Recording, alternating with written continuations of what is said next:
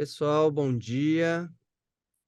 Inicialmente, gostaria de agradecer a todos aqui que estão presentes, sala cheia. Nós ficamos muito felizes com isso. Estamos na nossa Semana Pedagógica, Semana do Departamento de Fisioterapia da Universidade de Taubaté. Sejam bem-vindos à nossa 24ª semana. Uau, o tempo passa. Esse evento é realizado pelo Departamento de Fisioterapia da Universidade de Taubaté, juntamente com a comissão organizadora do SICTED. Novamente, agradeço a presença de todos, em especial ao nosso primeiro palestrante. Nosso primeiro palestrante, o professor Luiz Cadete Escola, pai da Beatriz, companheiro da Isadora, grande amigo. Luiz, agradeço profundamente a sua participação aqui com a gente, de coração mesmo. Nós sabemos o quanto o tempo é precioso e dedicar o tempo para compartilhar boas informações para a gente é sempre muito gratificante. Eu agradeço de coração para falar um pouco sobre um tema que também é altamente relevante, né? Reabilitação na osteoartrose do quadril. Para quem não conhece, o professor Luiz Felipe Cadete Escola, ele é sócio proprietário da empresa Cinetics Physio, em Campinas, vinculado ao Instituto Wilson Mello, especialista em fisioterapia musculoesquelética pela Irmandade da Santa Casa de Misericórdia de São Paulo, mestre em fisioterapia pela Unicid, doutorando pela mesma universidade, tem uma grande experiência na área de fisioterapia músculo-esquelética, esportiva e traumatologia, tanto no ambiente hospitalar quanto no ambiente ambulatorial. Em adição, o professor Luiz dá aula em alguns cursos e programas de graduação e pós-graduação em fisioterapia e educação física. Luiz, agradeço profundamente a sua participação aqui com a gente. A palavra fica contigo. E, novamente, agradeço a todos que estão aqui presentes. Bom, pessoal, bom dia a todos, todo mundo de pé aqui, 8h08 da manhã, realmente muito legal, bastante gente. Queria agradecer o Renato, a Alexandra pelo convite, todo mundo, toda a comissão organizadora. Então, eu consigo compartilhar, consigo compartilhar minha tela aqui com vocês. Então, vamos lá. Como eu estava falando aqui antes, depois eu vou disponibilizar o PDF para vocês, tá? Disso daqui. Então, acho que ninguém precisa ficar se preocupando em anotar nem nada o que tiver no slide, assim, porque depois eu encaminho para a comissão e eles podem mandar para vocês. Então, a ideia hoje é a gente conversar um pouquinho sobre a reabilitação da osteoartrose de quadril. Então, quando a gente fala dessas dores referidas ou dores no quadril, a gente tem aproximadamente 30 patologias que podem causar esse desconforto nessa região. Um desses quadros é a osteoartrose de quadril. Alguns fatores de risco que a gente conhece, então, a partir de 50 anos, ou aproximadamente 50 anos, mulheres acabam tendo mais osteoartrose de quadril do que homens, pessoas com algumas patologias prévias, então, tipo PERTS, luxação congênita de quadril, quem tem algum tipo de displasia no quadril também tem uma chance maior de apresentar esse quadro. Então, quando essa pessoa chega para a gente, normalmente ela vai chegar com uma dor moderada nessa região anterior ou lateral do quadril, principalmente atividades que precisem de carga. Normalmente essa pessoa apresenta uma rigidez matinal, que pode durar ali 1 hora ou mais, uma diminuição dessa rotação medial, aumento da dor em manobras de rotação interna passiva. Então, quando esse paciente ele chega para você, tem toda a carinha de osteoartrose de quadril, é o que a gente já começa a pensar, e parece que você está certo de pensar isso mesmo. Porque quando a gente olha os dados de 1990 para 2019, a gente teve um aumento de aproximadamente 115% dos casos diagnosticados, é claro, de osteoartrose de quadril ao redor do mundo. Então, quando a gente vê um exame de imagem bem característico, é isso daqui que a gente vê. Então, essa falta de espaço articular e muitas vezes até a presença de alguns osteófitos ali também. Só que Hoje em dia, a pergunta que fica é, nessa era de WhatsApp e etc., aquela pessoa que manda para você um laudo de ressonância, uma radiografia, e fala assim: poxa vida, o que será que eu tenho? O que que eu tenho que fazer? E quando a gente olha, a gente fala em relação à osteoartrose de quadril, a gente tem um estudo bem interessante que mostra que, na verdade, uma parte da população vai apresentar essa osteoartrose radiográfica, mas aparentemente sem apresentar esse tanto de sintoma. Então, eu sempre costumo falar isso para meus alunos, tanto em graduação quanto em pós e etc., que é quando alguém fala para gente, eu vou te mandar só o meu exame. Não, cara, eu preciso saber como é que você tá, eu preciso te ver. O exame, ele mostra uma foto de um momento para gente. Se você fez esse exame há 6 meses atrás, eu não sei nem se você tá desse mesmo jeito ainda. Eu não sei se você tá melhor, se você tá pior, porque muitas vezes todo mundo já tirou uma foto que você sai com uma cara meio torta, assim. Às vezes o exame é isso, um dia que você não estava tão bem, então a gente precisa ficar esperto para poder conseguir fazer esse diagnóstico como um todo. Esse daqui é um estudo bem legal que ele mostra uma projeção das artroplastias, tanto de joelho quanto de quadril, entre 2005 até 2030 nos Estados Unidos, e ele mostra que vão ser feitos aproximadamente 3,5 milhões de procedimentos. Então, vocês vão ter, a próxima aula vai ser sobre artroplastia de quadril, que é talvez a cirurgia que mais evoluiu com o decorrer dos anos, foi ficando cada vez melhor, cada vez melhor. Eu tenho 15 anos de formado, quase, e eu lembro quando eu me formei, paciente que tinha artroplastia de quadril era um cara praticamente de vidro, assim. Você não podia fazer muita coisa com ele, coisa que com a evolução dos materiais e da reabilitação, isso foi mudando bastante. Então aqui a senhorinha está perguntando, então como que eu posso suspeitar que eu tenho essa artrose de quadril? Então é suspeitar, não é fechar o diagnóstico ainda, aqui nesse caso. Então algumas coisas que a gente vai olhar a gente tem alguns testes especiais que a gente pode realizar, dor, mobilidade, então déficit de mobilidade é uma coisa bem importante para a gente nesse caso. Força muscular, a gente vai falar um pouco melhor disso aqui mais para frente. Idade, como a gente falou, em relação ao fator de risco, essa rigidez matinal e coordenação de movimento. Quando a gente vai olhar a literatura, a gente vê que tem alguns testes que acabam sendo os mais utilizados. Então, os principais que a gente vê, o teste de Faber, o teste de Fadir, Thomas e o teste de Trendelenburg, que está na literatura, mas a gente vai falar sobre isso já já. Então, quando a gente vê o teste de Patrick Faber, a gente vê que ele tem uma sensibilidade bem alta, então ele é um teste bom para poder ajudar a descartar a possibilidade de algum quadro intraarticular na região do quadril. O teste de Fadir, a mesma coisa, vai ajudar a gente a descartar. Então, é um teste que, se ele der negativo, você pode até confiar que realmente a pessoa não tem aquele quadro. O teste de Thomas, como vocês estão vendo aqui na imagem, ele também vai ajudar a descartar esses quadros. E o famoso teste de Trendelenburg, né, cara, que eu aprendi lá na faculdade há 7.000 anos, não importa quantos mil anos atrás aí, que o teste de Trendelenburg era um teste maravilhoso e etc., mas hoje, quando a gente fala em relação à osteoartrose de quadril, aparentemente ele não é recomendado, porque ele pode dar falso positivo ou algum falso negativo, então a gente tem que tomar um pouco de cuidado com ele, porque ele pode mostrar, sim, algum grau de fraqueza muscular do glúteo médio, principalmente em cadeia cinética fechada, mas a ideia não é que porque essa pessoa tem essa fraqueza, necessariamente ela tem osteoartrose de quadril. Então a gente tem que tomar um pouco de cuidado com o objetivo que você que você dá para o teste.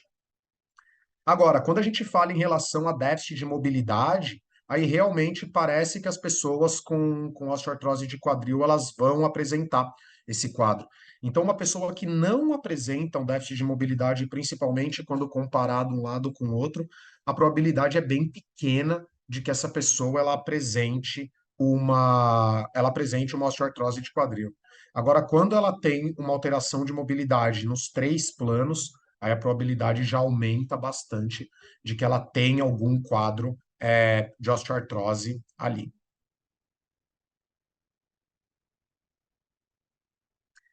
Então a gente tem alguns preditores clínicos que a gente vê na literatura também. Então, o teste de SCORE é um deles. Então, quando você tem dor na região da virilha ou na lateral da coxa, esse daqui é um que é bem fácil da gente poder identificar, que é quando o agachamento ele é reportado pelo paciente ou pela paciente como um fator agravante dessa dor. Então, aquela pessoa que ela fala, quando eu sento num banco mais baixo, ou quando eu preciso agachar por alguma razão, alguma coisa do tipo, pode acabar incomodando. Extensão ativa de quadril com dor, flexão ativa de quadril, lembrando que a gente está falando aqui ativo, tá? Então, flexão ativa de quadril provoca essa dor na região lateral do quadril, e essa rotação medial passiva do quadril reduzida. Então, quando a gente vê e a gente observa que três ou mais desses quadros aqui, eles estão presentes, isso significa que a probabilidade é bem grande de que essa pessoa, de novo, ela apresenta essa osteoartrose de quadril. E quando essa aqui é uma imagem que eu gosto muito, que eu tomei a liberdade de adaptar do livro do McGill. Esse slide tem várias aulas minhas, que eu acho que nunca é demais lembrar, que é o seguinte: você tem uma proporção para um diagnóstico. Então, quando a gente pensa em alterações articulares, como a osteoartrose, assim, por exemplo, a gente pensa que o exame de imagem logo de cara é o principal que vai me ajudar. E a gente já viu a literatura mostrando que nem sempre isso daí vai acontecer. Então, a anamnese, que é uma coisa que muitas vezes o fisioterapeuta acaba até negligenciando um pouquinho, muito por uma dificuldade de extrair as informações, muito porque a gente sabe que muitas vezes o paciente ele quer mão, né? Mesmo na hora da avaliação. Ele quer que você coloque a mão nele para poder fazer alguma coisa. A principal reclamação que a gente escuta é: poxa, mas eu fui no lugar e o fulano nem colocou a mão em mim. Só que não é por isso que a gente tem que correr com essa parte. Então, a anamnese é um ponto muito importante de conseguir extrair o máximo possível de informações, o exame físico, e aí sim o exame de imagem, mas com uma proporção até relativamente pequena, e a gente vê com o passar dos anos aí, não importa muito o que você estuda, a gente vê com o passar dos anos essa imagem está ficando cada vez menor aqui do exame de imagem. Esse aqui também é um slide que eu gosto bastante, porque ele mostra como funciona o ciclo de atendimento de um paciente. Aqui também a gente está falando de osteoartrose de quadril, mas a gente consegue pensar isso daqui para qualquer coisa. Então você vai ter o paciente, né? O usuário do. Quando eu fiz aqui, eu fiz pensando em plano de saúde. Então você vai ter, por isso que está usuário. Então você vai ter o usuário aqui, o paciente. Esse cara vai passar no médico. Esse cara, teoricamente, né, deveria encaminhar para o fisioterapeuta, se é que precisa ter esse meio aqui, mas tudo bem, é assim que funciona no Brasil. Então ele vai encaminhar para o fisioterapeuta, vai fazer o tratamento conservador. Esse fisioterapeuta, teoricamente, encaminha de volta para o profissional médico, para aí sim, se tiver a necessidade, aí vai solicitar um exame de imagem ou outros procedimentos, nesse caso. Então, isso daqui é o que, na minha concepção, deveria ser um caminho adequado para poder fazer. Algumas pessoas até questionam se a gente não poderia tirar isso aqui do meio, mas, enfim, eu acho que isso daqui é um caminho ok para poder ser feito. Agora, quando a gente olha, na verdade, como funciona, é o seguinte: então, esse paciente ele passa no médico, que de cara já pede um exame de imagem. Afinal de contas, quem nunca escutou um paciente falando assim, quem não escutou, vai escutar, tá? Pode ficar tranquilo. Ah, eu fui naquele médico, mas aquele médico não era bom, ele não pediu nem uma chapa para mim, ele não pediu nem uma ressonância. Como é que ele vai saber o que eu tenho? Então, o médico acaba encaminhando, fez o exame, volta para o médico. Ó a salada que já tá virando. Volta pro médico. Esse médico, beleza, não bateu o martelo? Não. Agora vai fazer uma ressonância. Outro exame, mais dinheiro gastando, mais custo. Volta pro médico, fez a ressonância, volta pro médico de novo com a ressonância. Você faz a ressonância e volta para mim, para eu poder ver. E aí esse cara encaminha pro fisioterapeuta, para ir as famosas 10 sessões, para aí o cara fala assim, mas não resolveu nada. Então fisioterapia não funciona, né? E não é o sistema, é a profissão logo como um todo, né? Todo fisioterapeuta não funciona, ninguém presta, e aí o fisioterapeuta manda esse cara de volta para o médico que vai pedir novos exames para poder saber como é que ele tá, para poder voltar para o médico outra vez, aí vai operar. Então, olha que furdunço que foi para você poder conseguir ter um tratamento adequado, ou com a fisioterapia, ou realmente, se for o caso, com a cirurgia, que pode acontecer, o tratamento conservador, ele pode falhar o tempo inteiro. Depois da cirurgia, esse cara voltar para o médico, poder voltar para o fisioterapeuta. Olha quanta seta tinha no primeiro slide e quanta seta tem nesse slide aqui agora. Então, quando a gente pensa principalmente em exame de imagem, quando que deve ser solicitado? Então, a presença de algum déficit neurológico importante. Se esse cara, por um acaso, ele não respondeu bem a um tratamento conservador, e tratamento conservador não são 10 sessões de choquinho e massagem e imposição de mãos, a gente está falando de um tratamento conservador adequado, alguns sintomas não musculoesqueléticos ou em situação de trauma. Então, esse cara, isso é uma pergunta muito importante da anamnese, qualquer pessoa, eu acho. Você teve algum trauma na região? Você caiu, bateu, aconteceu alguma coisa do tipo? Aí sim, esse exame deveria ser solicitado. Outro ponto importante para a gente poder olhar, então, só quero reforçar uma coisa: eu não estou falando que o exame de imagem não serve para nada, tá? Eu estou falando só que o exame de imagem ele é um ponto dentro de todo um critério de avaliação, ou critérios de avaliação que você tem que ter quando você está avaliando esse paciente com osteoartrose de quadril. Normalmente, o que a literatura mostra, e é uma coisa que a gente observa mesmo na prática, é o seguinte: esses caras parece que eles apresentam uma diminuição tanto da força dos abdutores quanto da força dos rotadores laterais. Então, talvez seja um ponto importante para se avaliar e um ponto importante para você tratar se o seu paciente se apresentar com isso. Um detalhe importante, eu sempre faço um paralelo aqui, a osteoartrose de quadril, nesse ponto aqui, ela aparece bastante com capsulite adesiva. Normalmente é uma lesão em espelho, né, cara? Então aparece de um lado e aparece do outro. Todo mundo já viu aquele meme, né, eu acho, do cara falando assim, ele vai no médico, fala, tô com dor no joelho, o cara fala, é a idade. Ele fala, pô, mas a outra perna tem a mesma idade. Por que que a outra não tá doendo também? Então, esse desgaste, teoricamente, ele deveria estar, a não sei que você tem uma razão muito grande para acreditar que isso não vai acontecer, ele deveria acontecer de maneira igual dos dois lados, tá? Então, normalmente é bem comum você observar essa lesão bilateral. O que não quer dizer que ela vai ser sintomática bilateral, mas muitas vezes ela aparece no exame de imagem, alguma coisa do tipo, porque a gente tem que pensar que, na verdade, até a maioria das artroses, tanto de quadril quanto de joelho, elas são assintomáticas. Então, o cara ele só descobre que ele tem artrose quando ele passou no médico por uma outra razão, e aí faz o exame e aparece ali, tá? É aquele famoso laudo gigante, né? Eu faço isso com meus pacientes direto. O cara chega com um laudo gigante, o cara fala, meu, tô ferrado. Olha o tamanho do laudo. Eu sento do lado dele e falo, vamos lá, ó.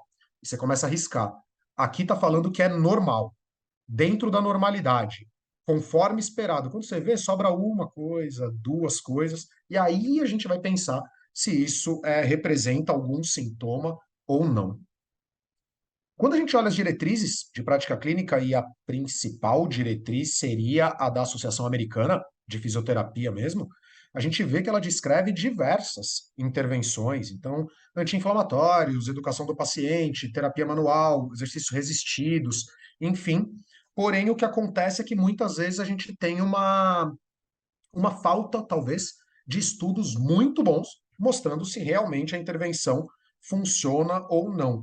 Então, às vezes, a gente usa o que tem disponível no momento ali de evidência, mesmo sabendo que essa evidência não é nenhuma grande maravilha, assim, também, mas a gente tem que fazer alguma coisa, né? Então, se é para fazer, vamos fazer alguma coisa que está baseado numa evidência, desde que não seja também tão ruim. Então, por exemplo, uma coisa que eu particularmente gosto bastante de usar com esses pacientes é terapia manual. Então, eu gosto bastante de usar a mobilização com movimento, né? Então, as intervenções de Mulligan. E como tudo que a gente vê de terapia manual na vida aqui, pelo menos até o momento, aqui não é diferente, parece que tem um bom efeito a curto prazo. Então, parece que quando a gente olha tanto para dor, ganho de ADM, desempenho funcional, parece que vai bem. Então, se vocês repararem nas imagens aqui, ela está fazendo sempre. Ela, ele, agora eu não consegui identificar, mas a pessoa aqui, ela está fazendo sempre um glide lateral aqui, usando o cinto, porque alivia bastante esses pacientes. Tanto esse glide lateral quanto tração ajuda bastante ajuda bastante nesses casos. Exercícios são recomendados. Então, hoje em dia eu não consigo, a não ser que eu tenha uma razão muito grande para isso, mas eu praticamente não consigo conceber uma sessão que não tem alguma coisa de exercício. Então você precisa incrementar ou acrescentar esses exercícios dentro da sua terapia. E uma pergunta que fica muito e que o meu mestrado ele foi sobre qualidade de descrição nos estudos de fisioterapia e eu fiquei meio psicopata com isso depois do meu mestrado. E cara, a gente vê que é muito triste a qualidade de descrição dos artigos. Então o cara fala beleza, eu fiz um exercício de fortalecimento de glúteo médio para esse paciente. Lindo. O que que você fez? Quantas vezes por semana? Quantas repetições? Quantas séries? Porque se você teve um bom resultado, eu quero fazer igual você. É igual uma receita. Você só vai ter um bolo igualzinho se você seguir a receita. Então aqui é a mesma coisa. Só que é muito pobre isso na literatura hoje ainda, infelizmente. Então, em linhas gerais, o que que a gente vê? A gente vê que aproximadamente 1 a 3 vezes por semana, esses trabalhos de fortalecimento, um bom trabalho conservador de osteoartrose de quadril antes que essa pessoa tenha uma cirurgia ou alguma outra intervenção indicada, deveria durar entre 6, 8 a 12 semanas aproximadamente. Então, eu acho que a gente tem talvez a maioria aqui sejam alunos de graduação, então, se eu não estou enganado, esse daqui é um ponto importante para você tirar aquela história de que você vai fazer uma mágica no primeiro dia com a pessoa. Então, é um trabalho de formiguinha que pode durar 3 meses, 4 meses, 2 meses. Enfim, a gente precisa conseguir explicar isso para a pessoa direitinho e ela entender que algum quadro de dor ainda vai ser normal, tá? Então, uma dor de leve a moderada, a gente ainda tolera ali, nós como fisioterapeuta, a gente orienta o paciente de que isso vai ser, de que isso vai acontecer. E o exercício ele já começa a ter um efeito logo de cara, assim, né? Porque além da gente pensar, outra coisa também que hoje em dia é muito pobre, você pensar isso, é simplesmente o cara ele tem dor, porque ele tá fraco, então ele vai ficar forte, ele vai parar de ter dor. Então hoje já não dá pra gente pensar só isso. Claro, a gente sabe, a gente tem um monte de estudos também mostrando que o ganho de força é uma coisa importante para esses pacientes, mas a gente tem que pensar também que o exercício vai ter um efeito neurofisiológico ali. Então, ele gera uma analgesia que trabalha a nível de sistema nervoso central para poder conseguir melhorar a dor dessa pessoa.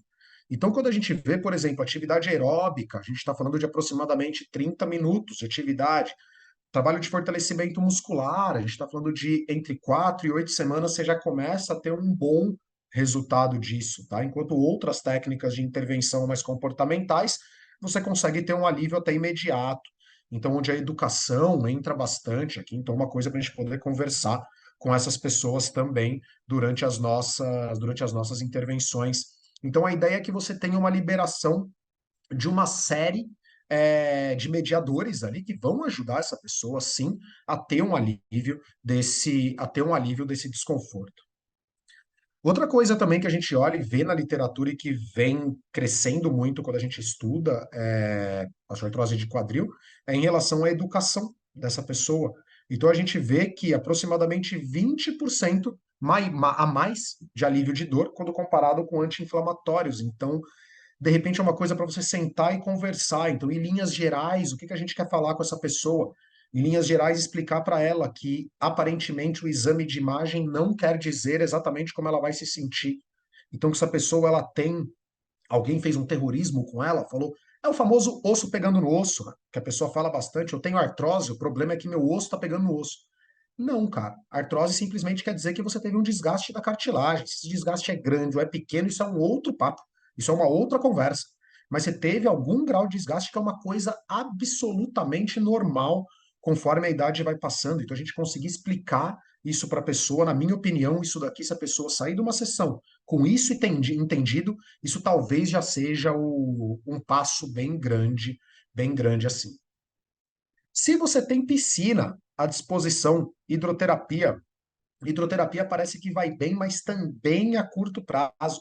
Então, quando esse cara entra na piscina aproximadamente com água até a altura do peito, assim, você tira de 65% a 80% de carga do membro inferior, cara, muitas vezes a água tá quentinha, isso também ajuda a relaxar.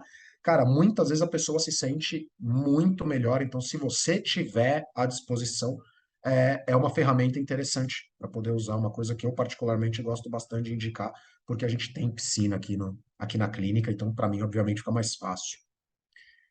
Bengala. O cara chega com a bengala e fala assim para você: é que eu tô usando, mas é só para minha segurança. E aí ele pega e leva a bengala para passear. Ele levanta a bengala e dá 12 passos sem a bengala, aí coloca a bengala um passo no chão. Aí tira, dá mais 20 passos sem a bengala. Então, assim, tem que tomar cuidado para, até perdão do trocadilho, mas para bengala não virar muleta. Então, para bengala não virar aquela coisa que o cara vai ter que sair sempre carregando. Mas o que que a literatura fala para gente em relação à bengala? Primeiro que a gente tem estudos não tão bons assim, mostrando isso. É muito difícil você dar bengala para um grupo e não dar bengala para o outro, entendeu? Pedir para o cara sair andando por aí e coletar os dados. Mas a gente vê que realmente parece que quando essa pessoa usa a bengala na mão oposta, se ela está usando a bengala, não se ela está levando a bengala para passear, que nem eu falei agora, se ela está usando, realmente parece que reduz um pouco a carga no quadril. Lembrando, né, a bengala vai estar na mão oposta, está com dor nos dois quadris, vai usar na mão oposta do lado pior. E aí parece realmente que melhora dor e melhora a função. Então, mas de novo, reforçando se a pessoa realmente está usando, tá? Não se ela está só carregando para lá e para cá. E agora, caminhando para uma parte um pouco mais final, assim, já, eu sei que a próxima palestra de vocês vai ser sobre artroplastia de quadril, e o que eu queria mostrar para vocês um pouquinho é como que a gente toma essa decisão aqui na clínica, aqui na Synetics Physio, aqui dentro do Instituto São Melo.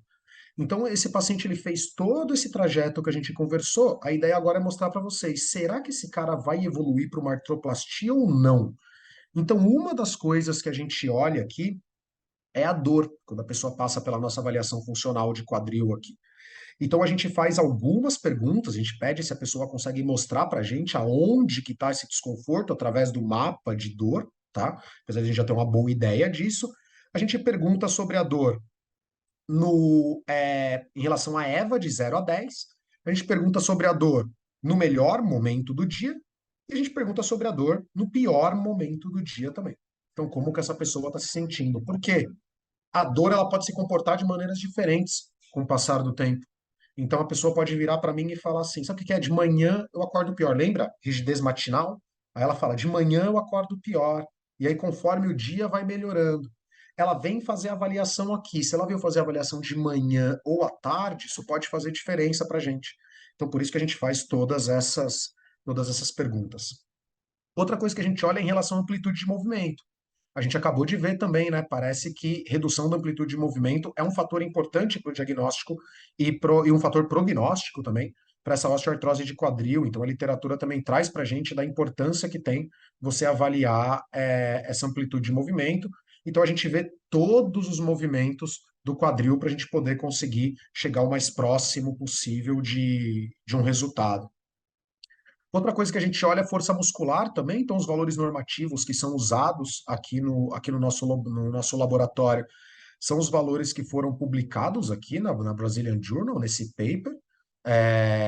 Quem quiser, depois eu posso até mandar para o pessoal também junto esse artigo aqui, para vocês poderem ter acesso. Esse artigo foi o mestrado de uma mulher maravilhosa, que, por coincidência, é a minha esposa, não é por isso que eu acho ela uma mulher maravilhosa, mas também. Então, a gente usa os valores normativos que a Isadora achou no mestrado dela para pessoas saudáveis. Então, a gente usa o dinamômetro isométrico para poder avaliar. Então, a gente avalia a extensão, a força muscular da extensão de quadril. A gente avalia a abdução de quadril também. Então, todas as avaliações usando o dinamômetro isométrico. A gente avalia a rotação externa de quadril, a força muscular, vai comparar para poder saber se está próximo ou não dos valores normativos para a pessoa ativa ou sedentária naquela determinada faixa etária. A flexão de quadril também, a gente olha aqui, vocês estão vendo ali esse rapaz fazendo ali também a avaliação.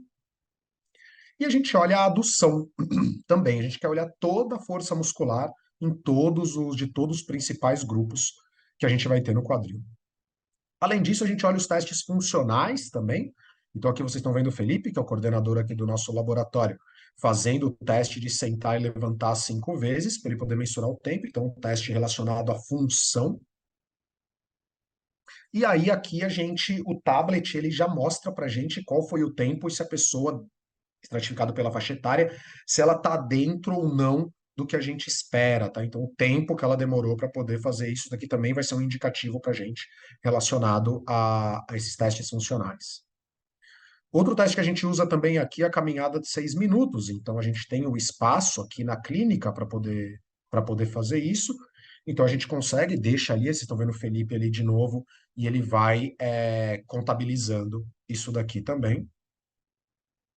E aí a gente consegue fazer o cálculo da distância que essa pessoa andou e se isso está dentro ou não do padrão que a gente espera, ou para um homem ou para uma mulher.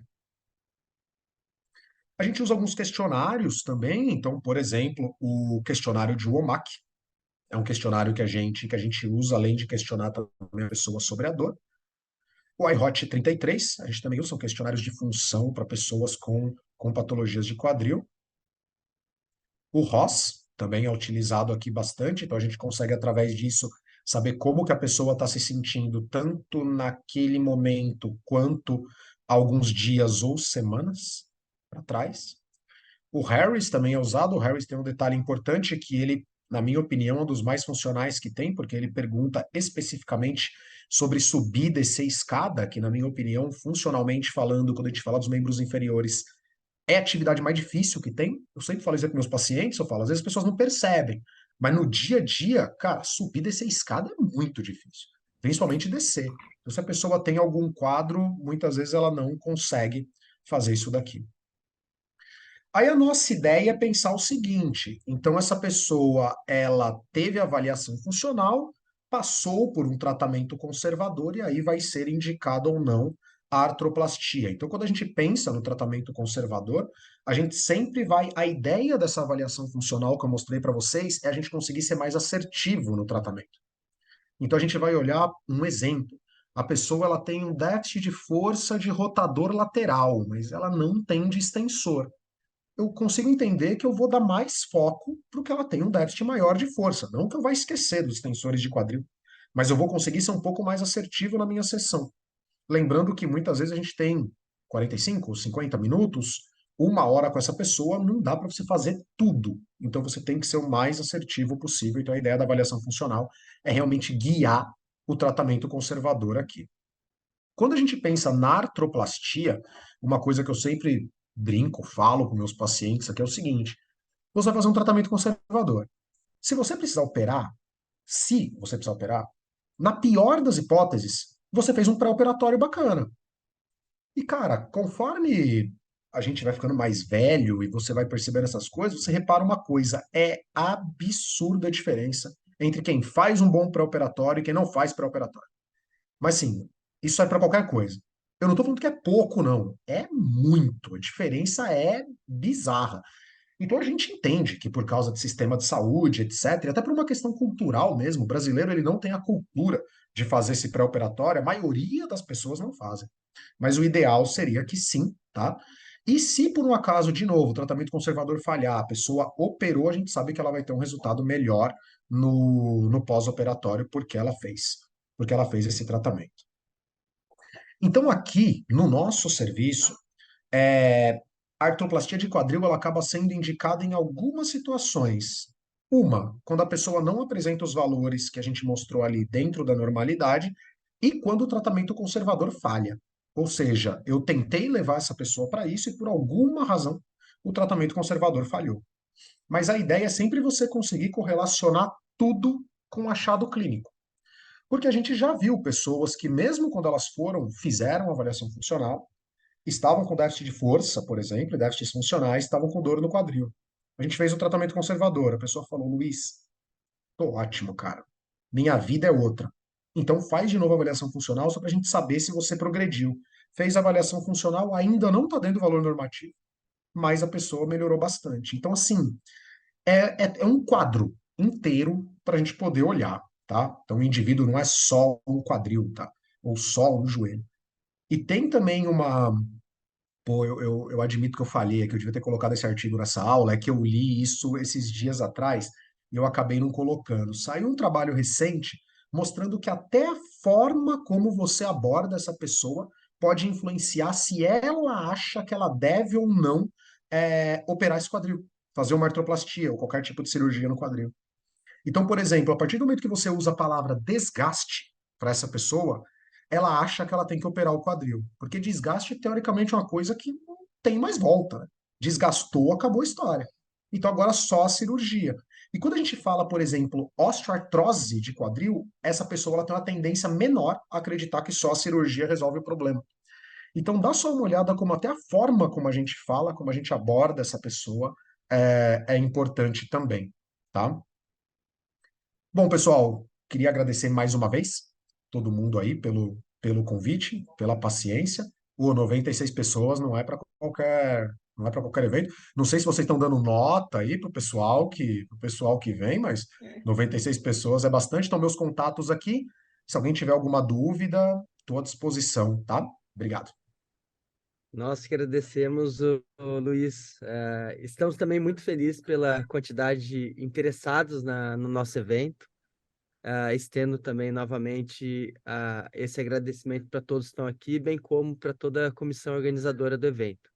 Luiz, obrigado. Para quem não escutou lá no começo, o Luiz vai disponibilizar também a aula a todos. Essa aula é gravada, também iremos disponibilizar a todos também o link dessa aula. Luiz, obrigado. Nós iremos tomar a liberdade de passar logo agora para a palestra do próximo convidado, e daí sim realizarmos as perguntas que já existem aqui no chat, tá bem? Agradeço profundamente agora o nosso segundo convidado, professor Jorge Carvalho, que abordará o tema o papel do fisioterapeuta no pós-operatório da artroplastia total de quadril. Jorge é um grande amigo também, como escola, especialista em fisioterapia ortopédica e traumatológica pela Unicid, osteopata, diretor clínico do Instituto Trata, em São José dos Campos, além de ter duas filhotas lindas, uma companheira que é a Roberta, parceira do truco, são excelentes jogadores. Jorge, fico muito feliz da sua participação aqui com a gente. E fique-se à vontade a falar sobre o seu tema, tá bem? Agradeço novamente a sua participação aqui com a gente. Bom dia, pessoal. Muito obrigado, Renatão, pelas palavras aí. Queria primeiro também agradecer o convite de dois mentores e mestres, né? Você e a Alexandra, que sempre abriram tantas portas aí para mim. E falar também hoje junto com o Escola, que é um excelente clínico e acadêmico, é uma honra, uma satisfação. Então, vou tentar mostrar um pouquinho do trabalho que a gente desenvolveu ao longo dos últimos anos aí e falar um pouco do outro lado da história, né? De como que é esse paciente que depois que fez toda esse percurso aí bem feito. Vocês estão conseguindo enxergar na tela? Sim, Sim. estamos sim. Ótimo. Ainda não em modo de apresentação. Agora foi. Agora? Ótimo. Agora foi.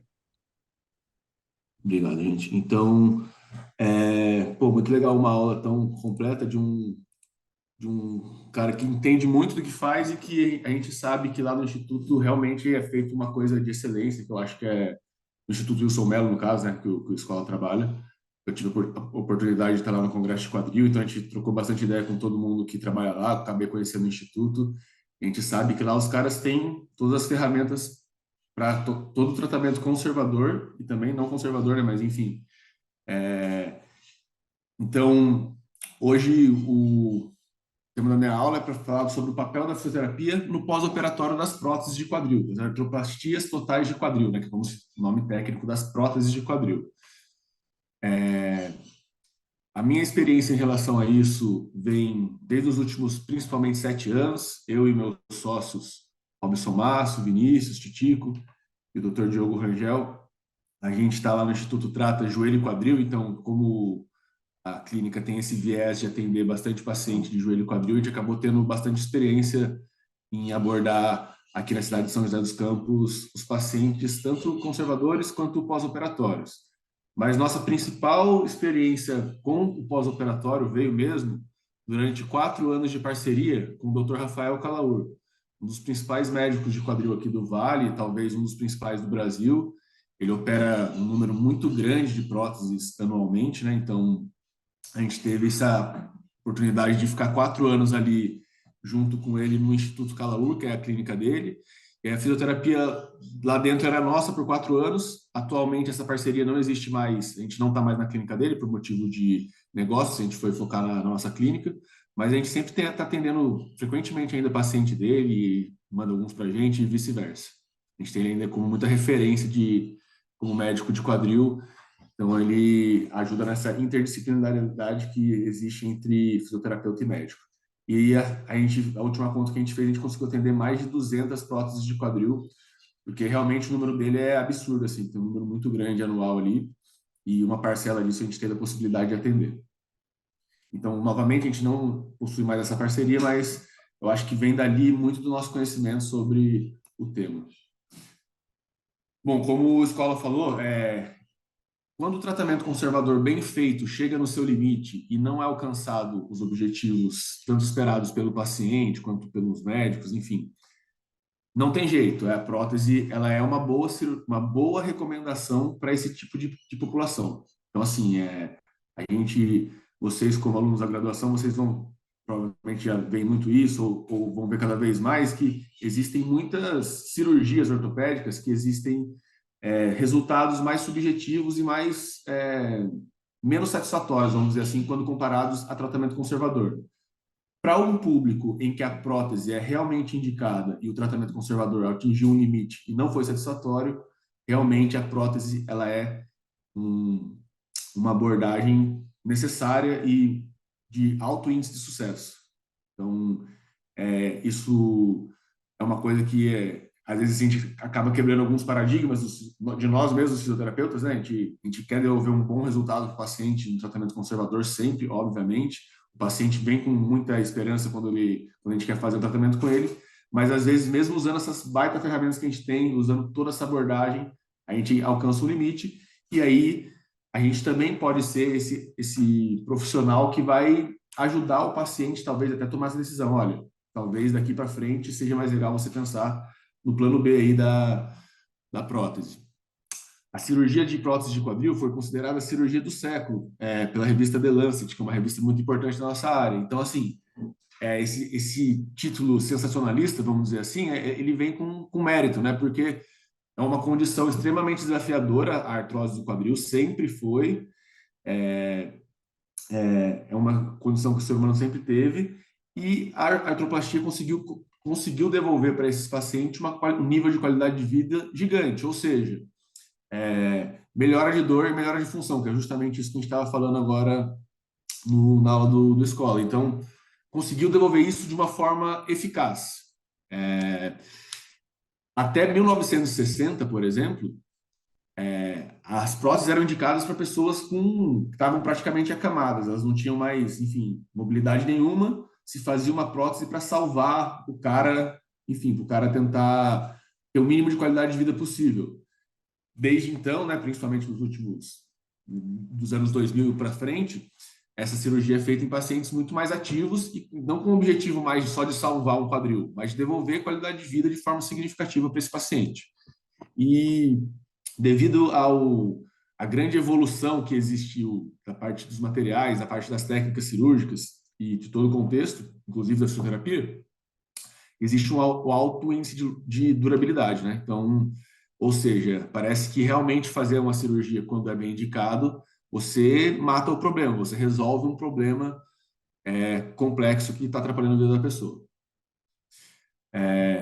Vou explicar um pouco para vocês sobre como que foi evoluindo a prótese de quadril, mas basicamente, século XIX começou com um procedimento extremamente mais grosseiro, vamos dizer assim, onde se substituía inclusive tecidos moles, tal, era um negócio meio experimental que se estava fazendo ainda, né? A ideia era tentar pegar todo o tecido degenerativo e substituir, mas assim, até às vezes tendões, músculos eram mexidos nisso. E em 38 começou a ser feito, aí sim o que está aqui na imagem, que é começar a refazer a cabeça femoral, né? Começar a tentar mudar o formato mesmo e colocar um componente protético, até que chegou a artroplastia total de quadril, que ainda não é exatamente essa, mas é parecido, ou seja, a substituição do fêmur e do acetábulo, né? E aí, com o advento de novos materiais, de novos mecanismos em relação aos materiais, foi ficando cada vez melhor em relação à adesão da prótese no osso, em relação à fricção que se dá entre os componentes, e o negócio foi aperfeiçoando tanto que, como eu falei, após os anos 2000, a cirurgia é indicada para diversos adultos jovens aí com demanda de atividade física alta e que voltam a fazer essas atividades da melhor forma possível. E a estimativa é que sejam feitas cerca de 2.000 próteses só nos Estados Unidos por ano, né? 2.000, desculpa, por dia, que é aquele trabalho que o Escola mostrou ali um pouco mais na aula dele. Então, assim, vocês que estão na graduação e que forem para a área de ortopedia, vocês vão ver muito isso. É inevitável. Tanto a artrose de quadril quanto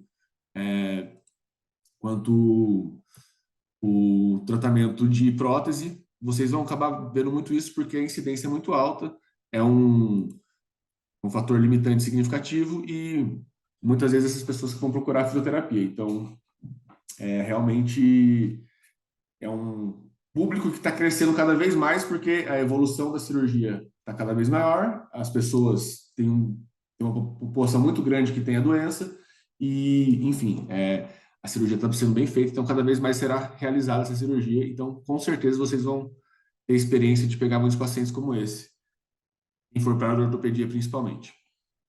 Quem que é o paciente que faz a prótese? Na grande maioria das vezes, o cara que tem artrose do quadril. É o principal público. Mas também existem outras doenças que podem levar a essa cirurgia, que é a necrose avascular da cabeça do fêmur, que acontece em pacientes mais jovens, geralmente.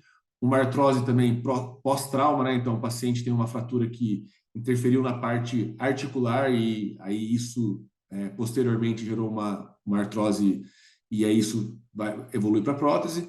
Artrite reumatoide, às vezes, fraturas do colo do fêmur, o paciente não necessariamente tem uma artrose, mas ele fraturou o fêmur, e dependendo da idade e da forma da fratura, é escolhido fazer a prótese, ao invés de fazer a osteossíntese, uma consolidação óssea, e displasias do quadril também, em alguns casos. E as contraindicações, quem que é o paciente que não pode fazer, mesmo se tiver com sofrimento ali no quadril? Infecções no quadril ou sistêmicos, disfunções vasculares severas, osteoporose severa, porque a gente precisa de um osso com qualidade para aguentar os materiais protéticos. Diabetes é uma contraindicação relativa. Pacientes psiquiátricos, porque vocês vão ver ao longo da aula que existem algumas orientações que devem ser feitas em relação ao pós-operatório. E pacientes com déficit cognitivo. Basicamente, os tipos de prótese de quadril que existem, que é a prótese total, onde ocorre a substituição do acetábulo e do fêmur, da cabeça do fêmur. Então, o que é mais comum, que a gente mais vai ver, praticamente dessas 200 próteses que a gente pegou, quase nenhuma não foi essa. Híbrida, que daí você troca só um dos componentes, ou femoral ou o acetabular. Eu nunca, de fato, reabilitei uma dessa, acho que são para casos extremamente específicos mesmo. Ela cimentada, né, que daí pode ser total cimentada ou não. A resurface, né, que a ideia daí é só recobrir não tira o colo do fêmur, você só recobrir a cabeça do fêmur e fazer o acetábulo, para pacientes mais ativos. Esse daqui a gente teve alguns casos, poucos também, mas a gente teve alguns casos do Dr. Rafael que a gente conseguiu tratar. E a mesma prótese total com parafuso. Então, assim, basicamente o que a gente vê na clínica é a prótese total, às vezes com parafuso e às vezes cimentada. Os tipos de material que existem, a gente sempre vai tratar ao longo da aula esse componente. É o componente femoral, é o componente da haste que vai dentro da medula do fêmur. E aí depois, quando a gente fala dos componentes internos, a gente fala da cabeça do fêmur e da parte interna do acetábulo. Ou seja, esses componentes podem mudar de prótese para prótese. A haste femoral e aqui essa parte acetabular, geralmente são os mesmos. Então, assim, esses componentes internos podem ser metal ou metal, Então, a cabeça do fêmur e o acetábulo interno metal. Metal polietileno, cerâmica ou cerâmica polietileno.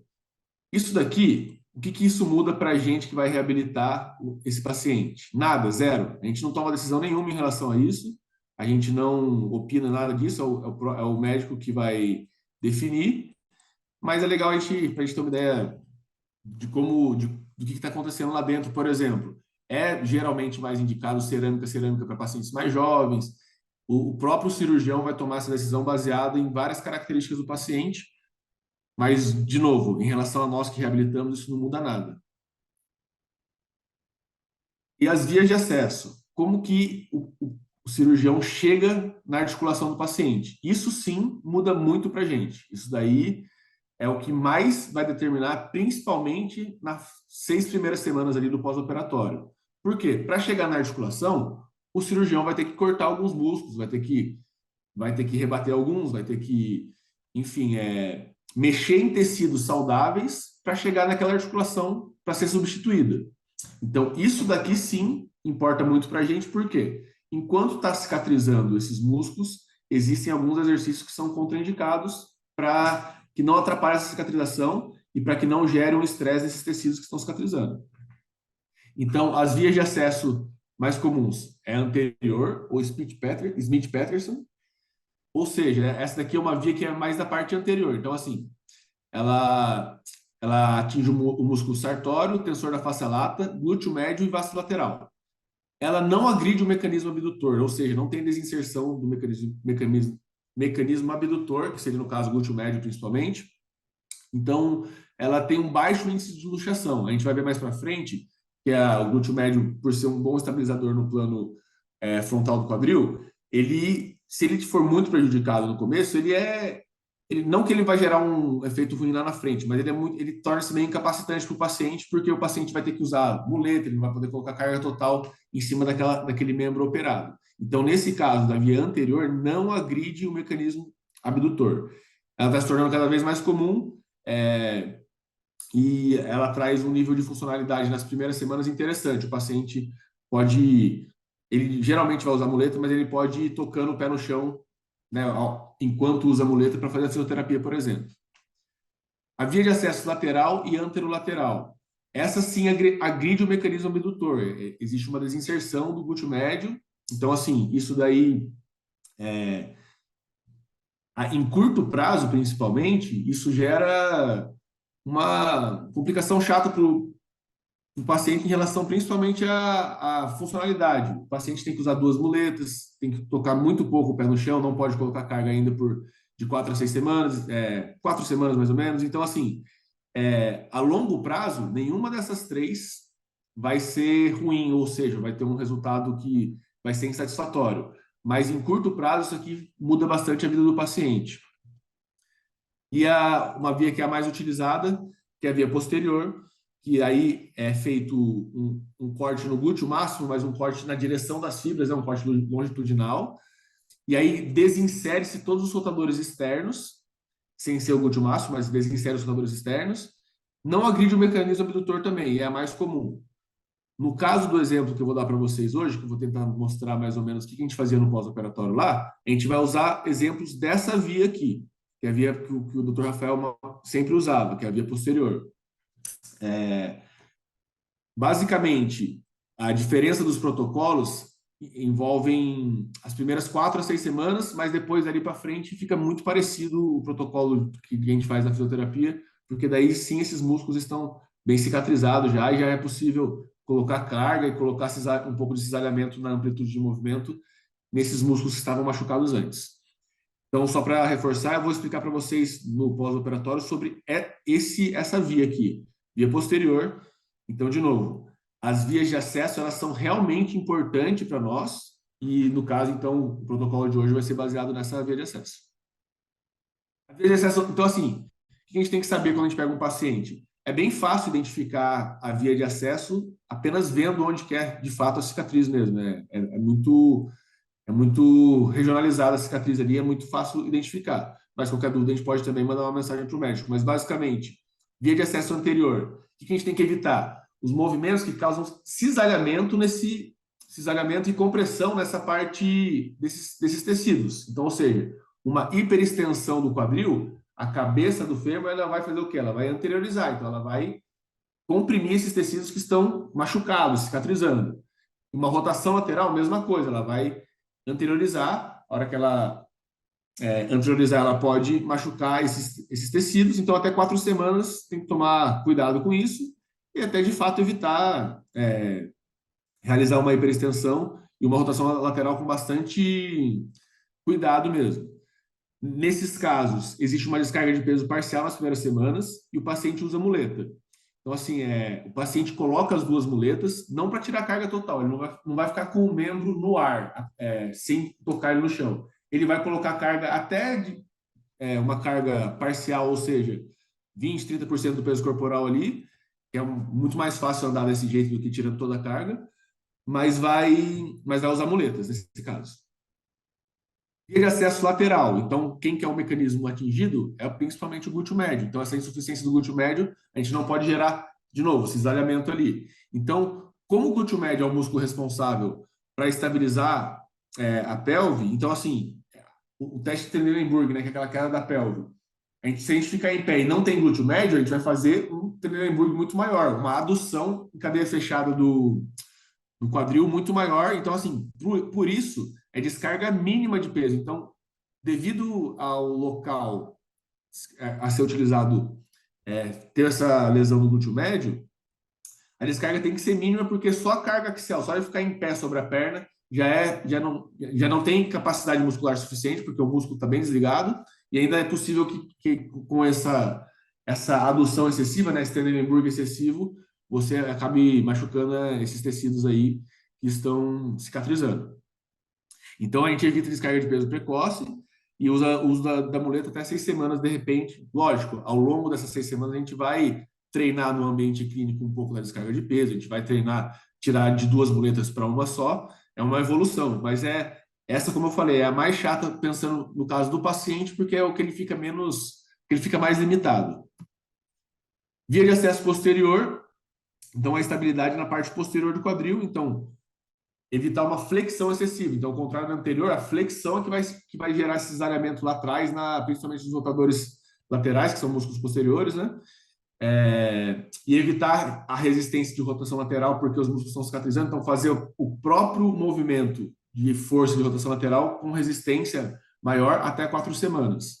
A descarga de peso é total de acordo com o conforto. Isso pensando no paciente, pensando para a gente que está dentro de uma clínica e o paciente vem até nós, é muito mais tranquilo, é muito mais confortável o paciente vir andando com o andador, porque o andador ele serve só para dar equilíbrio e para ajudar a funcionalidade, ele não serve para tirar carga. Então, assim, pensando nisso, é muito mais funcional o paciente que está nessas primeiras 4 semanas, uns 5, 6 dias de cirurgia, vai para a fisioterapia, já soltando carga o máximo possível que ele aguentar e de acordo com o conforto dele. Mas, de novo, nenhuma delas a longo prazo tem diferença em relação a resultado e a complicações. Aqui, o Dr. Rafael, ele gentilmente ele filmou todo um processo de uma cirurgia. Eu acho bem legal mostrar, porque eu assisti 5 cirurgias com ele pessoalmente, assim, foi algo que eu acho que mudou bastante minha visão sobre várias coisas. Eu acho que foi uma experiência que foi muito enriquecedora para mim. Então, eu vou mostrar alguns trechos para vocês aqui, porque acho que é legal a gente ter esse entendimento do que acontece ali na hora, para saber o que a gente faz depois. Então, como eu falei, ele vai usar essa via posterior, que a gente pega aqui ó, na direção do glúteo máximo, está mostrando aqui para a gente, ó, ele faz essa marcação aqui, da onde é o grande trocânter, e aí vai começar o procedimento. Aqui no meu fone vai ficar aparecendo o áudio. Se ficar aparecendo para vocês, vocês me falem eu abaixo, porque senão fica incomodando, aí não dá para entender direito. Mas basicamente aqui, ó, tá aberto. Ele rebateu, cortou o glúteo máximo. E aí aqui aparece o quê? O trocânter maior e a bursa do quadril. Isso aqui que ele vai pegar é a bursa, ó. A bursa. Ele vai logo ali embaixo está o trocânter já. Então ele vai seccionar a bursa, né? Vai cortar totalmente a bursa.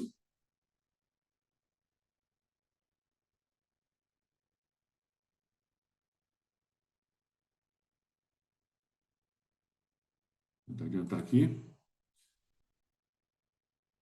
Aí ali abaixo da bursa, os soltadores... Só um minutinho. Esse é o tendão do glúteo médio aqui, bem aqui, ó, o paciente está, a cabeça do paciente está para cima. Aí ele protege o tendão do glúteo médio, ó, para não pegar ele. Daqui a pouco vai dar até para ver os soltadores, mas eu acho que é no próximo vídeo. No próximo vídeo.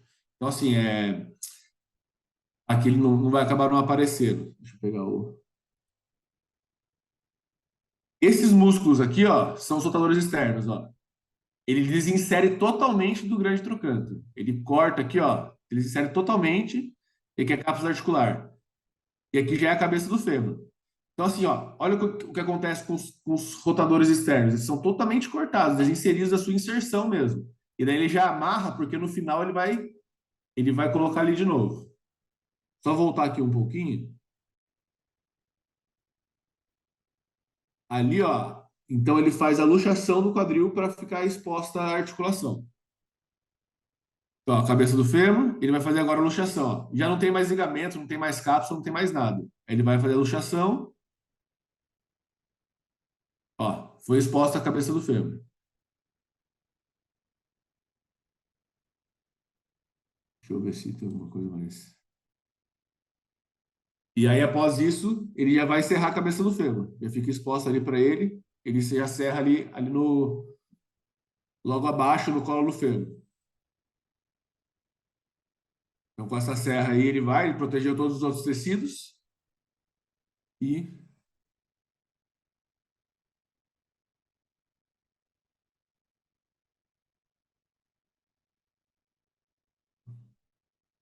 só mais um minutinho, ele vai serrando. Pronto, saiu a cabeça do fêmur. Depois, esse é o tratamento que é feito na parte acetabular. Porque que acontece? Ó, se a gente vê aqui a parte do acetábulo, ó, antes e depois, ó. Antes ele tá ó, cheio de osteófitos, olha os osteófitos aqui como são visíveis, ó. Cheio de osteófito em volta, então aquele excesso da osteoartrose mesmo.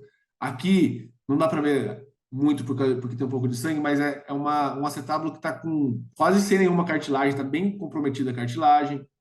Então ele tem que fazer o quê? Ele tem que fresar com esse aparelho, o acetábulo, para chegar para comer praticamente toda a cortical óssea e chegar próximo da medula óssea. Que é onde é a parte que tem sangue no osso. Por quê? Porque é ali que vai aderir o material protético. Então ele vai fazer é uma fresa, ó, ela vai girando e vai comendo o material, né, o material do acetábulo da cortical, até ficar aparecendo sangue. O objetivo dele, conforme ele vai fazendo, ele já faz também na angulação que ele quer, né, na angulação anatômica ali do quadril, que cada um tem, existem certas diferenças de quadril para outro, mas ele faz até chegar no momento que vai ficar bem vermelho ali, ó, vai ficar com o sangue bem vivo. Seria basicamente como está aqui na imagem, ó, no final. Vai ficar com o sangue bem vivo justamente para receber o material acetabular. Após isso, vou deixar rodando o vídeo enquanto isso, mas se a gente pegar o componente acetabular aqui, ele é todo recoberto de hidroxapatita nesse caso, e ele é todo cheio de ranhuras, ou seja, ele é todo como se fossem uns espinhos, ele é todo deformado para justamente a hora que entrar no acetábulo, ele entrar já com o fit, né, que a gente fala, com uma pressão suficiente para aderir o máximo possível na osteossíntese. No caso, o Dr. Rafael, ele não usa cimento em quase... Eu nunca peguei uma cirurgia dele com cimento na prótese. Então, assim, ele usa sempre assim, sempre através do fit mesmo. Então, tá vendo? Ó, o material, ele entra com compressão. Ó. Ele está puxando agora, por exemplo, ó, e não sai nada. Então, assim, entrando com compressão e com essas ranhuras, isso garante que a osteossíntese aconteça de uma forma bem eficaz, né? Que a cicatrização do osso recubra totalmente aquela peça mesmo ao longo dos próximos 3 meses ali. E aí essa parte, a parte da haste do fêmur, aqui, ó, ele está usando, na verdade, um gabarito, não é a peça final ainda. Ele quer ver o tamanho que vai ser usado da peça final. Então, ele vai colocar ali... Desculpa. Ele vai fazer esse teste com o gabarito, ó, uma cabeça de fêmur de borracha ali. Ele faz um teste, aí ele vai lá, reduz a prótese, ou seja, ele tá luxada a cabeça do fêmur, ele coloca a articulação de novo e faz alguns testes, vai ver se aquele tamanho ficou bom da cabeça do fêmur, se tudo está bem adequado. Então, durante a cirurgia já são feitos esses testes. Lá, ele vai colocar ali essa prótese, essa cabeça de fêmur provisória, de borracha, e faz os testes, faz rotação, vê se está com o tamanho da cabeça bom, vê se está com estabilidade suficiente. Daí depois sim, agora... Aqui, ó, agora que ele já definiu o tamanho da prótese, ele vai colocar o componente interno que a gente falou, nesse caso é cerâmica, você viu bem rosinha ali. Aí ele coloca o componente interno, dá uma batida e ele entra com essa batida já mesmo, já tá instalado. E a haste, agora que ele já definiu o tamanho também, a haste tem o mesmo material que o componente acetabular. Ele tem essa hidroxapatita como tratamento e é todo cheio de ranhuras. E a prótese final, ela é um pouco maior do que a medula óssea, do que o último gabarito. Porque ela tem que entrar com pressão assim também, ó. Ela entra, a hora que entrar até vai extravasar um pouco de sangue, ó. Ela tem que entrar com pressão mesmo, porque é isso que vai garantir uma boa osteossíntese depois, uma boa cicatrização óssea ao redor do componente. Esse último vídeo eu acho bem interessante, porque assim, né, a gente tem alguns cuidados depois, principalmente nas primeiras semanas, em relação à luxação da prótese com o paciente, mas durante a cirurgia intraoperatório mesmo, com o quadril aberto, são realizados esses testes, teste de flexão total, rotação interna para ver se vai luxar, ele vai fazer uma hiperextensão depois também, vai fazer um pouquinho de rotação externa, ou seja, ele vai colocar em teste ali durante já a cirurgia para ver se tem qualquer coisa que possa ser. Ó, esse teste que eu acho interessante a gente. Legal, quer ver? No último teste, ó, ele faz uma tração, para ver se tem algum pistonamento, para ver se existe essa folga entre os componentes, por exemplo. Não pode haver essa folga entre os componentes, senão, em médio e longo prazo, pode causar uma quebra dos componentes. Mas eu vou colocar aqui de novo para vocês verem. Ó, ele puxa. De novo, com o quadril aberto e tudo, a gente vai conseguir ver o paciente, ó, mexendo, ó, ele puxa com força, o paciente até mexe o corpo ali. Ou seja, durante o intraoperatório, né, durante a cirurgia, já se faz esses testes para verificar se está tudo dentro do esperado em relação ao tamanho da prótese, em relação à estabilidade e instalação. Bom, aí depois disso o paciente chega para a gente. Na nossa experiência lá, os pacientes chegavam com menos de 7 dias, assim, de 5 a 10 dias, os pacientes chegavam para a primeira sessão de fisioterapia. E aí, quando a gente começou a tentar fechar, como a gente sabia que a gente ia ter esse número grande de pós-operatório de prótese, a gente tentou elaborar o melhor protocolo possível em relação a isso, baseado no que existe de evidência e baseado no que existe no tipo de cirurgia que o Dr. Rafael fazia e na nossa experiência. Então, a gente discutiu muito para ver o que tinha de melhor e o que a gente podia achar como caminho para abordar esses pacientes.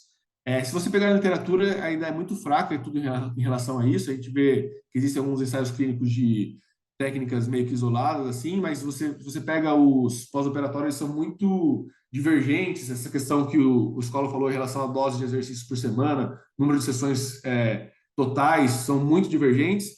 Então, a gente...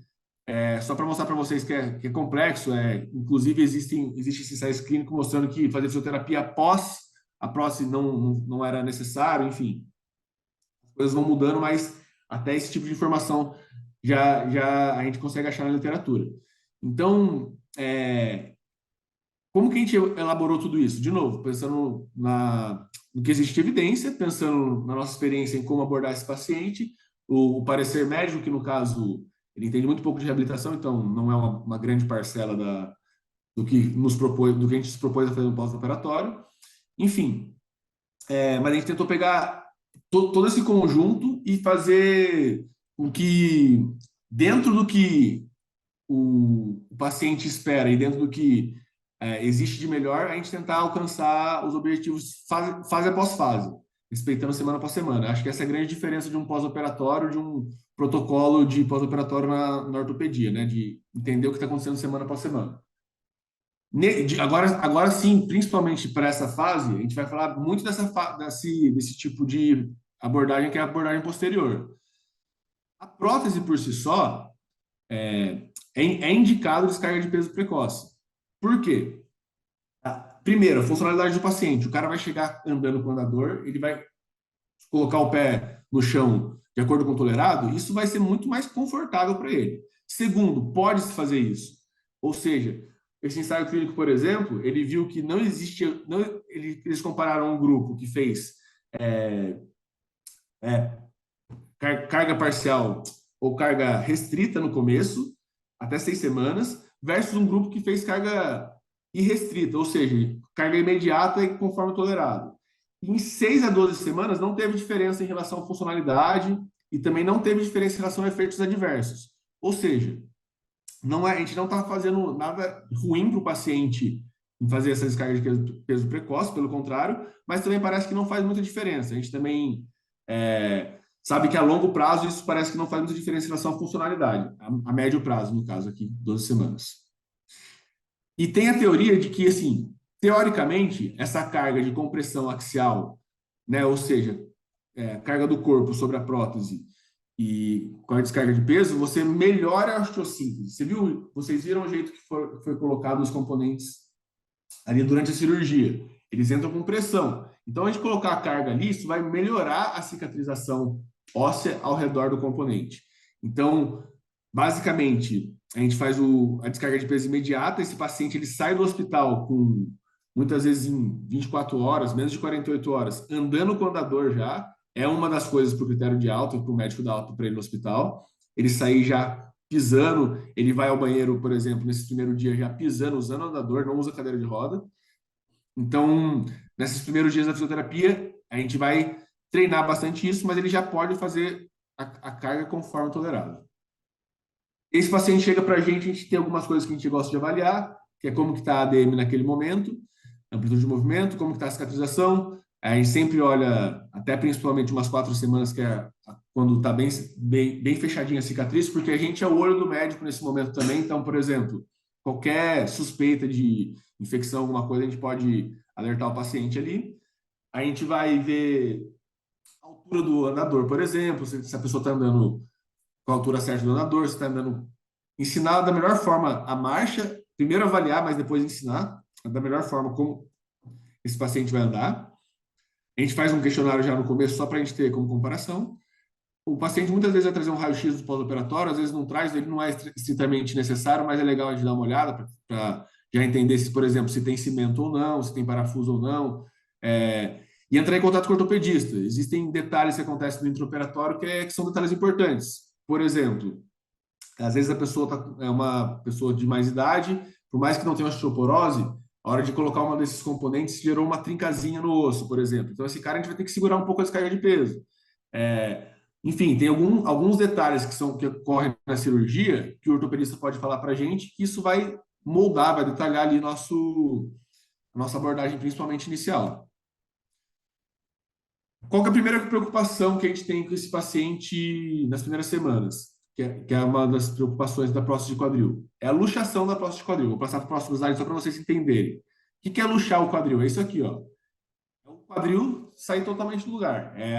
O componente femoral sair do acetado totalmente. Então, assim, clinicamente, esses caras vão se apresentar como? É uma condição extremamente incapacitante, né? O paciente não vai conseguir nem ficar em pé depois disso aqui, é uma dor muito forte. Muitas vezes é uma dor muito forte, né? Não necessariamente. E é muito comum ter esse padrão aqui, ó. A perna ficar muito mais curta do que a outra. Por quê? Porque daí, como luxou, o quadril subiu, né? O fêmur subiu lá para cima. Então, fica centímetros mais curta em relação à outra. Então, só para vocês entenderem. Então, como essa é uma precaução, principalmente para as primeiras semanas, a gente desenvolveu lá uma cartilha básica para entregar para os pacientes sobre como andar com o andador. A gente vai ensinar, mas vai ter na cartilha ali depois também. Algumas posições a se evitarem. Para esse tipo de cirurgia, a gente pede para o paciente evitar um pouco rotação interna e adução para dormir. De novo, principalmente as primeiras 4 semanas. Em pessoas que têm possibilidade de usar esse suporte aqui para o banheiro é importante, porque o vaso sanitário geralmente é um local mais baixo, então para evitar uma flexão excessiva, principalmente pacientes mais altos, né? Entrar e sair do carro para evitar uma rotação em cadeia fechada, então ensinar a entrar com cuidado, entra de costas, depois traz a perna, e evitar fazer uma flexão muito maior do que 90 graus em cadeia fechada, cadeia aberta também, mas enfim, e isso pode acontecer em várias horas do dia, inclusive a hora que ele está sentado vai pegar alguma coisa do chão. Então a gente desenvolveu toda essa cartilha. Bom, se a gente pegar as evidências sobre isso, mostra-se que é muito baixo o número de luxação após uma cirurgia de quadril e que até que esses cuidados muitas vezes não são tão necessários quanto parece, né? Então, existe essa revisão sistemática da Cochrane que mostrou que essas precauções, quando são feitas ou quando não são feitas, meio que não interferem muito em luxação. Mas lá no caso, como era um serviço em que a gente queria abordar o paciente no começo, meio e fim, e não tem por que ficar estressando esses tecidos nessas primeiras 4 semanas, a gente acabava usando essa cartilha para o paciente se sentir mais seguro também e para evitar alguma complicação. Então, de novo, só para reforçar, numa situação como essa de luxação, que é muito raro, é uma situação emergencial, o paciente provavelmente vai ter que ligar para uma ambulância, vai ter que ir para o hospital, muitas vezes para abrir e fazer de novo a cirurgia, ou para tentar a redução da cirurgia mesmo manualmente. Como recurso anti-inflamatório nesse começo do pós-operatório, a gente usa bastante o laser na região da cicatriz em volta ali. Tem esse trabalho aqui do Ernesto Leal Júnior, que é aqui da região, né, da Univap e tal. Ele viu que a aplicação do laser, após 10 minutos de aplicação de artroplastia precoce, ocorre melhora da dor e melhora nos componentes inflamatórios. Então, a gente acaba usando até umas 3, 4 semanas, né? 4 semanas já está bem fechado, assim, já está bem essa cara aqui, daí não tem mais muita necessidade de usar, mas a gente acaba usando o laser até porque por estar bem roxo assim, para tentar ajudar a drenar e é uma forma da gente ficar avaliando como está a cicatrização do paciente, se não está com nenhum pontinho aberto e tal. Então a gente sempre faz nas primeiras semanas. Uma outra coisa importante é em relação a como que está esse músculo. Por exemplo, esse paciente, ele já vem de um processo muitas vezes, de artrose, que ele está com uma fraqueza muscular. Após uma cirurgia como essa, uma intervenção tão significativa no músculo, acontece um efeito significativo chamado inibição muscular, ainda mais após a cirurgia. Imagina você cortar aqueles músculos, você ter que reinserir os rotadores externos, por exemplo. Esses músculos eles ficam extremamente desligados. Essa é a melhor palavra para falar sobre esse mecanismo. Mas o que significa? O edema causado pela cirurgia, a própria dor que está causando o processo de cicatrização, vai causando uma inibição muscular. Então, a ativação do músculo fica bem deficitária. Então, esse slide é para mostrar que a gente vai ter que usar eletroestimulação e vai ter que penar um pouco, vai ter que dar uma atenção especial para esses músculos que foram muito inibidos aí no processo de cirurgia, no caso. Então, a gente sabe que usar eletroestimulação tem as suas contradições na literatura, mas é uma ferramenta que está ali à nossa disposição na maioria das clínicas e tem os benefícios. Por exemplo, nesse estudo, ele foi usado em artroplastia total de quadril para quadríceps, não foi nem nos músculos do quadril mesmo. Então, observou melhora de força, mas não observou-se melhora de funcionalidade. Então, assim, mas pico de força do quadríceps melhorou. O quadríceps também é um músculo muito importante, por mais que ele não tenha sido cortado, enfim, ou danificado durante a cirurgia, a gente usa bastante ele para dar funcionalidade para o paciente. Então, a gente acaba usando a eletroestimulação tanto no quadríceps quanto nos músculos do quadril mesmo no momento certo para ter essa ativação bem significativa. No final das contas, utilizar a eletroestimulação é um aparelho adjacente ao fortalecimento. Ele serve para ajudar, no caso, essa ativação gradativa muscular que vai acontecer ao longo da reabilitação. Então, aqui eu vou mostrar um negócio bem prático para vocês, como que a gente fazia lá mesmo, semana após semana. Isso, lógico, que muda de paciente para paciente, em relação à idade, em relação ao tempo que o paciente tinha da doença antes, em relação às expectativas, em relação a quão funcional era esse paciente. Mas peguei alguns casos aqui para mostrar para vocês o que a gente fazia mais ou menos semana após semana. Primeira semana, laser na cicatriz, como eu já tinha falado. Amplitude de movimento ativo assistido de flexão e rotação externa e abdução. A gente começa a ativar o core, que é essa imagem aqui, que é como se fosse um abdominalzinho mais curto, assim. Eletroestimulação no quadríceps. Como o quadríceps não foi cortado, primeira semana, vamos acordar esse cara, vamos deixar ele bem ativo para para que funcionalmente o paciente já comece a fazer as atividades de forma mais adequada, sentar e levantar, andar. Então aqui, eletroestimulação e já colocamos um elástico já colocamos uma carguinha para ativar esse músculo, já que ele não está machucado nem nada, e ele é adjacente, ele é muito importante para a funcionalidade. E aí a gente começa a treinar isso daqui. Começa a treinar a descarga de peso, da forma mais básica possível mesmo. Pede para o paciente colocar as duas mãos no andador, pede para ele não fazer muita força no braço, no caso, como se fosse tirar a carga, né, como se fosse usar o andador como muleta, pede para ele colocar carga dentro do tolerado e ensina ele a soltar o peso, fazer essa fase do balanço ali, ó, fase do balanço do corpo, né, não a fase aérea da marcha. E solta o peso até apoio médio. Então, ó, solta o peso e volta. O paciente ganhar confiança para ele ver que não dói e para ele melhorar esse padrão na hora que ele for andar também. Porque geralmente o paciente ele vai chegar, ó, andando com muito receio, muita dificuldade. No caso desse senhor aqui, ele tinha esse andador com essa rodinha aqui, que nem é o mais indicado, mas, enfim, aí ele usava muito andador, por exemplo, o paciente acaba mancando um pouco mais no começo. Então, por mais simples que pareça um exercício como esse e como outros derivados desse, é muito importante para o paciente começar a ter confiança. Outra coisa importante que também é tentar ensinar ele na hora que ele está nesse apoio médio, extensão total do joelho e tal, para ele ficar com esse apoio bem firme aí da perna no chão. A partir da segunda semana a gente já começa a fazer um pouco mais de coisas mais ativas. Então, por exemplo, se possível, o paciente já faz uma DM de flexão mais ativa. Eu não me importo muito em cadeia aberta, assim, de ficar passando um pouquinho dos 90 graus, se o paciente aguentar. Risco muito baixo de luxação. A rotação externa, como a gente vê aqui, ó, ainda está bem mais restrita, então a gente pode fazer mais passiva assim mesmo, de acordo com a tolerância do paciente também, não é hora de ficar forçando nada ali.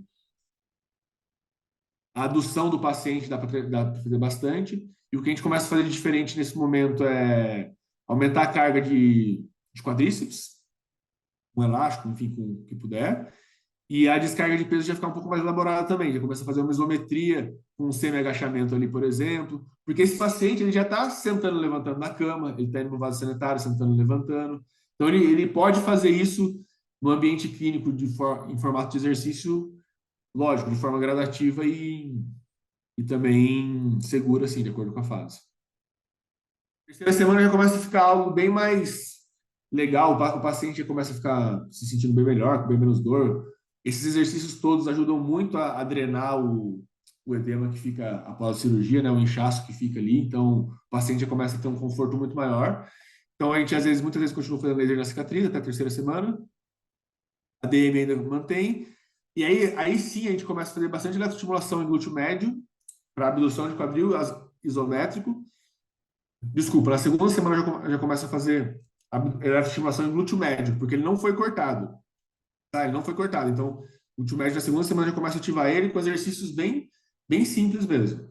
Na terceira semana, além da ativação do glúteo médio, a gente já começa a fazer um isométrico de rotadores externos. Ativação do glúteo máximo, que é isso aqui, ó. Elástico leve, só para ele acordar, só para ele sentir a ativação do músculo, e até é uma forma legal dele ganhar essa amplitude de forma ativa, né? Ganhar amplitude de rotação externa de forma ativa. Começamos aí a colocar um pouco mais de carga em abdução de quadril, né? Já começamos a deixar o paciente de lado, com o peso da gravidade levantando, sempre usando eletroestimulação nessa fase ainda. Sempre que possível, usa isometria, mas já pode usar, nesse caso, isotonia também. E começa a fazer a ativação do glúteo médio em cadeia fechada, o paciente em pé, e apoiando na maca ali, ó, de acordo com o limite dele, lógico também, mas já levantando a outra perna. E também fazer em cadeia aberta, assim, um pouco em pé também é legal para o paciente ganhando confiança.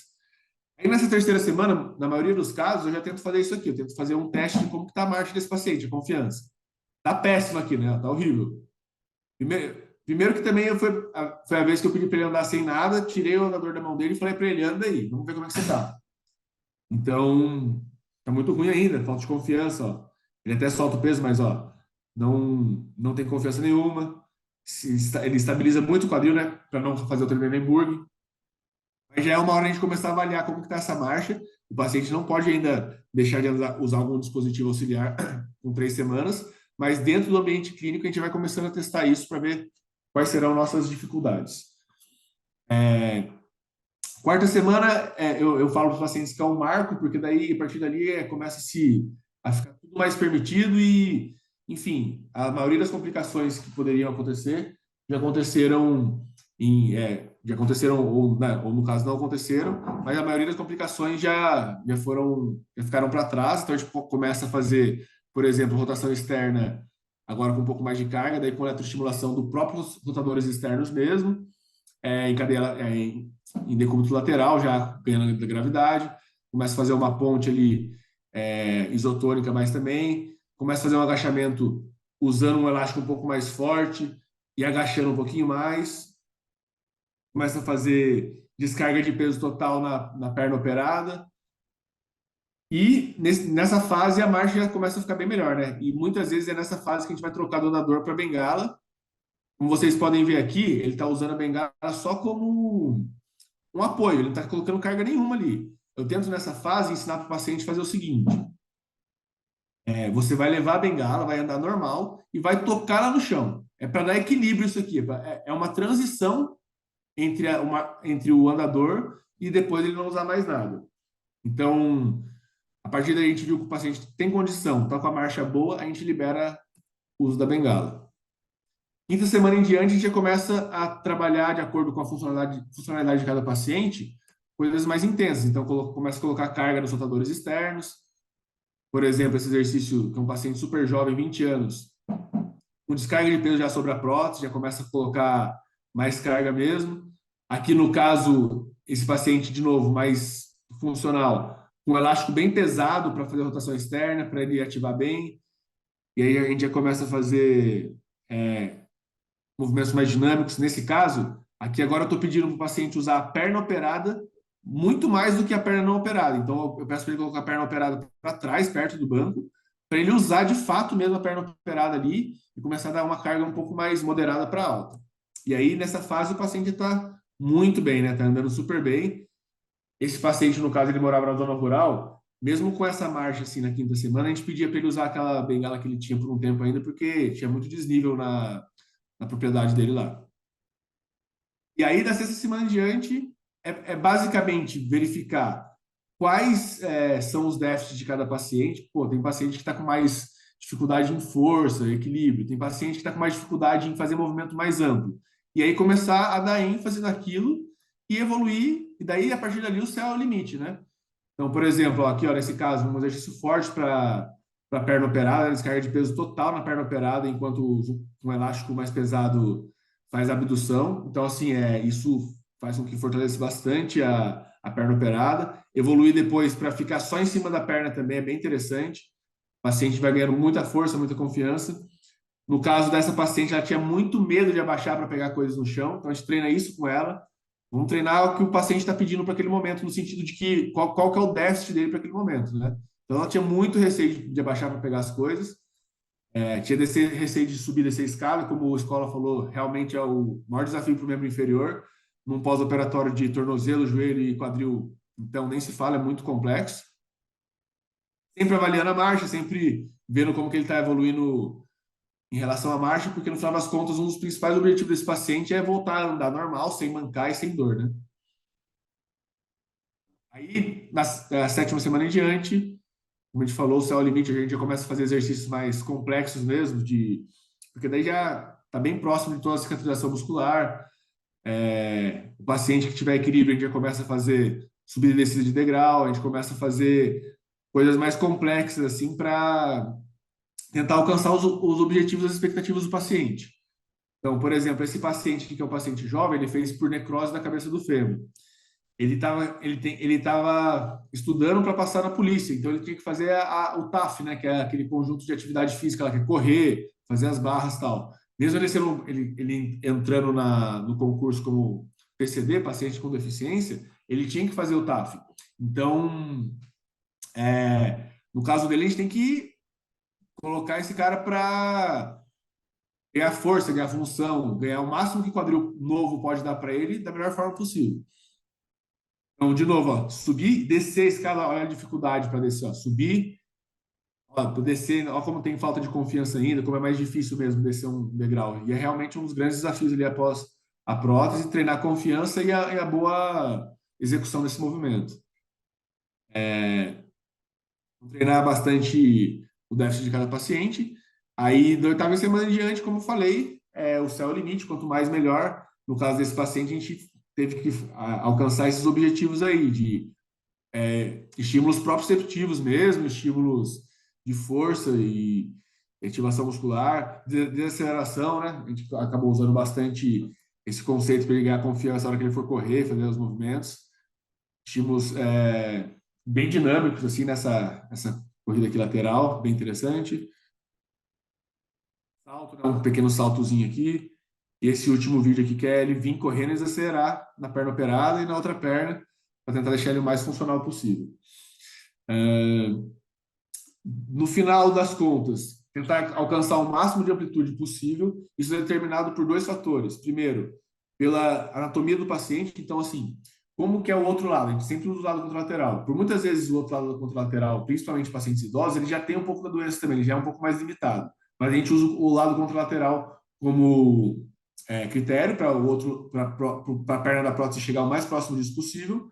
E o próprio cirurgião vai falar isso para a gente. Então, assim, durante os testes que ele faz intraoperatório, ele vai conseguir saber o máximo que chega aquele componente sem estressar um componente no outro também. Então, assim, tem paciente que o componente, se você fizer uma amplitude muito grande, vai estressar aquele componente. Então, não é tão legal também chegar numa amplitude gigante. E aí, nesses casos, o ideal é o próprio cirurgião falar isso para você. Falar, ó, nesse caso aqui vai até tantos graus. No caso desse paciente, como ele era jovem, né, enfim, a outra articulação estava bem, e o que levou ele à cirurgia foi uma doença que é a necrose, a gente já conseguiu esse excelente resultado, né? A flexão total mesmo, comparado ao outro lado, rotação externa muito boa também. No caso desse paciente, como ele tinha que correr, a gente trabalhou bastante isso com ele, a gente fez os testes de corrida para ele estar correndo bem, a gente foi expondo ele gradativamente ali a um trotezinho, e depois, quando ele acabou o tratamento já, ele mandou mensagem dizendo que conseguiu passar no TAF lá tal, e conseguiu correr e fazer tudo que ele tinha que fazer de atividade física. Sempre que possível, a gente não usa isso para todos os pacientes, porque às vezes, dependendo da idade, é mais complexo de fazer, mas sempre que possível a gente usa a dinamometria como alta também.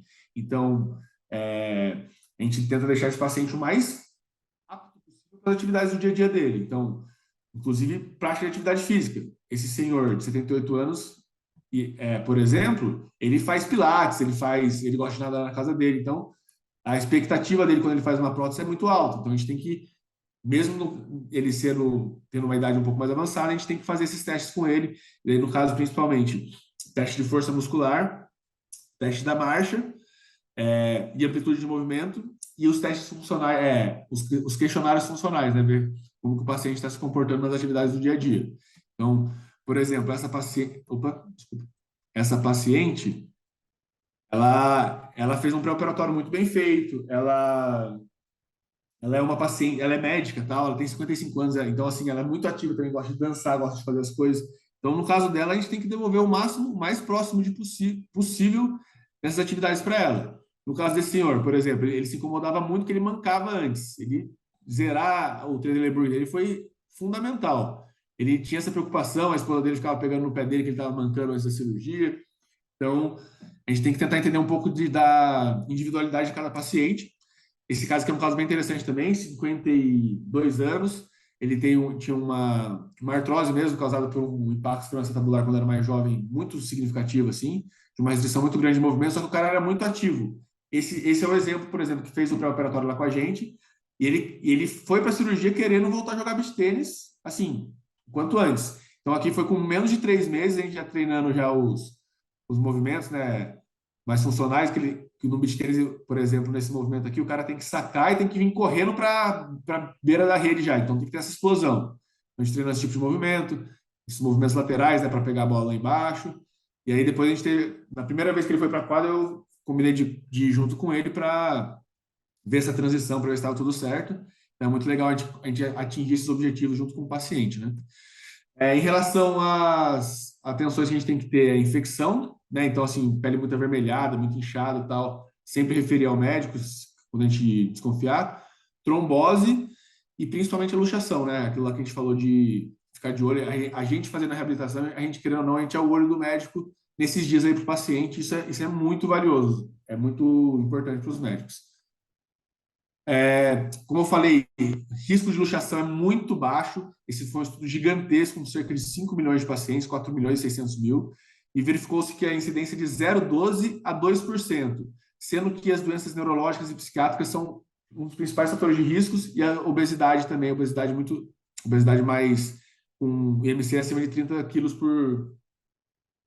acima de 30. Então, assim, é muito difícil, eu nunca presenciei uma luxação, é extremamente difícil isso acontecer, tem muito a ver com a parte psiquiátrica devido às orientações mesmo, a falta de orientação que esses pacientes muitas vezes não vão conseguir cumprir.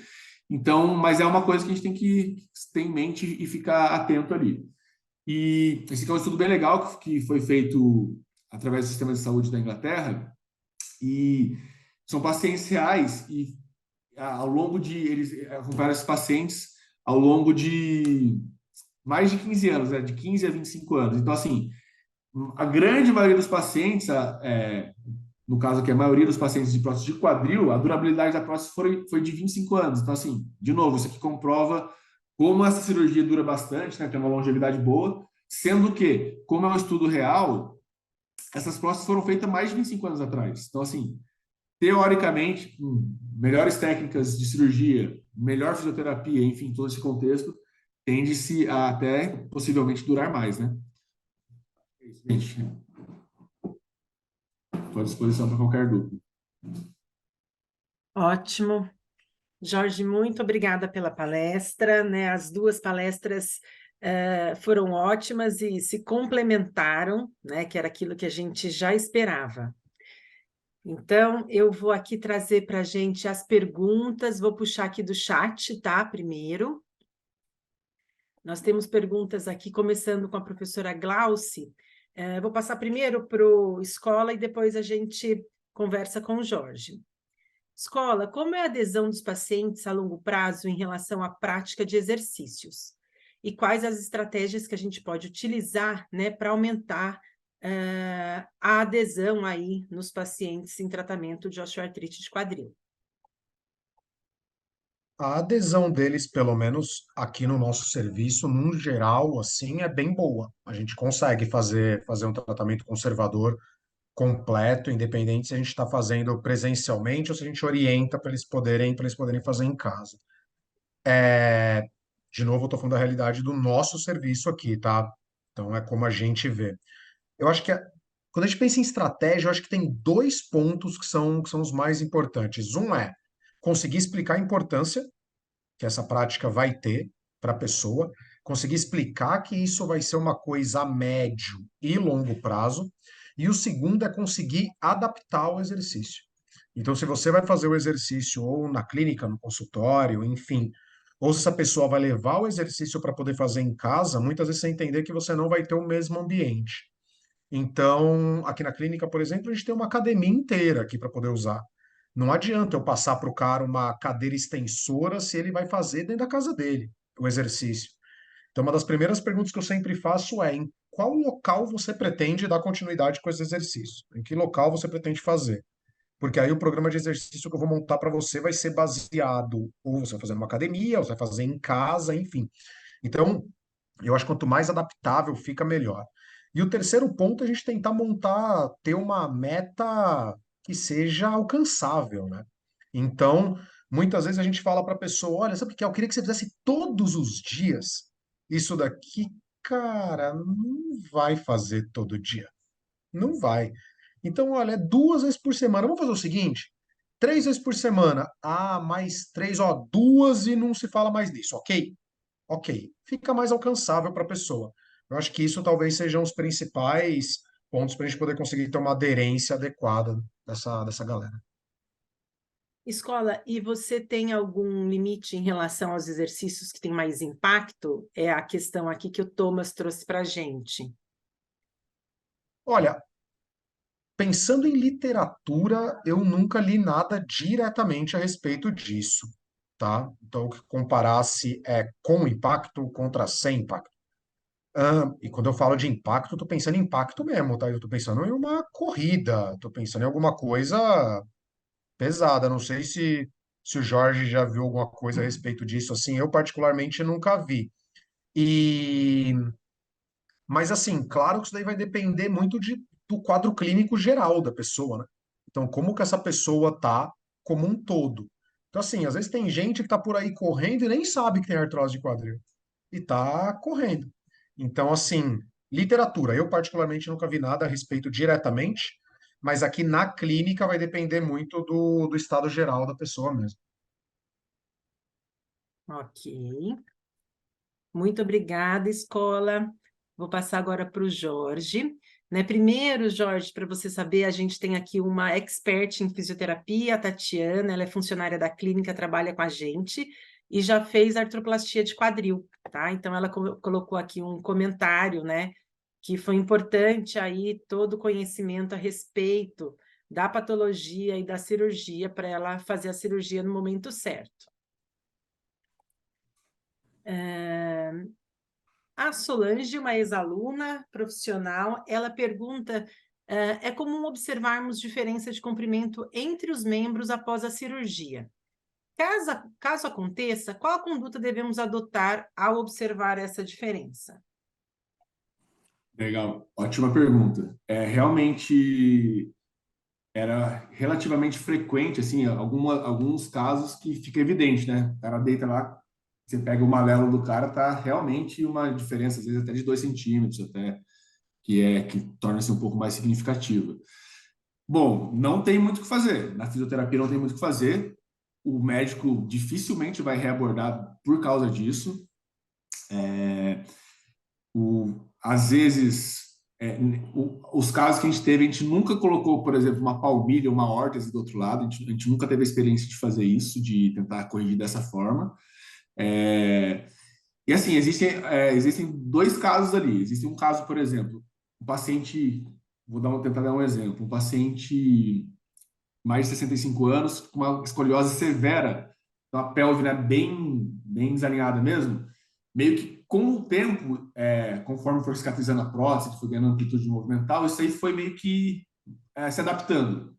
Mas aí, nesse caso, não necessariamente foi uma diferença de membro de fato mesmo, né, do fêmur, enfim, da perna como um todo. Por exemplo, um outro paciente que daí de fato ficou com diferença entre os membros, o paciente ele chegava na sessão e falava, cara, tô com a perna mais comprida. Ele esticava um joelho e o outro não colocava no chão. E aí eu falei pro médico, o médico falou, cara, realmente foi isso que aconteceu. É um paciente mais jovem, o osso era mais duro, então não entrou tanto quanto ele gostaria a haste femoral, algo assim. Ele me deu esse exemplo, ele me deu essa explicação. Falar com o paciente que né, enfim, ou no caso extremo, que nunca tive essa experiência de colocar uma órtese do outro lado, que daí é extremamente desagradável para o paciente, é uma coisa que ele não está esperando, e um dos principais objetivos da cirurgia é realmente alinhar, né, porque às vezes uma artrose severa faz ter o comprimento de perna menores, e aí na cirurgia o objetivo é alinhar aquilo ali, deixar o mais alinhadinho possível. Isso, inclusive, é um teste que o ortopedista faz no final, também, além daqueles testes de estresse, ver se está com a mesma amplitude. Para esse paciente, por exemplo, a gente falou para ele, o médico falou para ele, esse médico ele é bem ético, assim, ele falou, ele deu essa explicação, o seu osso é mais duro e tal. Se você quiser reabordar por causa dessa questão estética, vamos dizer assim, a gente reaborda, mas eu não indico que você faça isso. E foi sincero e, eu falei para ele, cara, eu não usaria palmilha do outro lado, vida que segue. Ele é bem ativo, voltou, ele gosta de pedalar, então acho que não interfere muito a vida dele. Então, assim, isso pode acontecer. Na fisioterapia, a gente tem pouco recurso para fazer algo para que isso se modifique, né? De fato, mudar o comprimento, a não ser, de novo, usar uma órtese do outro lado, se for muito grande a discrepância. E raramente o médico, se não for uma discrepância absurda, ele vai querer reabordar a cirurgia por causa disso. Ok. Gente, mais alguma pergunta? Alguém quer trazer mais alguma coisa? Acho que foi uma manhã muito rica, né, de conhecimento. Foram excelentes as palestras da escola e do Jorge. Eu acho que a gente está no momento da fisioterapia muito feliz, que a gente vê, assim, grandes profissionais, né? E é muito bom ter esses grandes profissionais como referência e como amigo, né? Então, muito obrigada, escola, pela presença, ao Jorge também, tá? Vou encerrar, então, essa manhã, né? A gente fez a gravação, em breve a gente passa essa gravação, depois que a TV Unital editar tudo certinho para a gente, tá? Muito obrigada pela presença de todos os alunos, todos os professores, tá? Uma manhã muito prazerosa aqui, mesmo que a gente faça isso à distância. E hoje à noite a gente continua aí com a Semana Pedagógica a partir das 19h, tá? Também pelo meio virtual, tá? Então, espero que a gente tenha aí quase 100 pessoas aqui presentes de novo, tá, gente? Muito obrigada. Bom dia aí para todo mundo.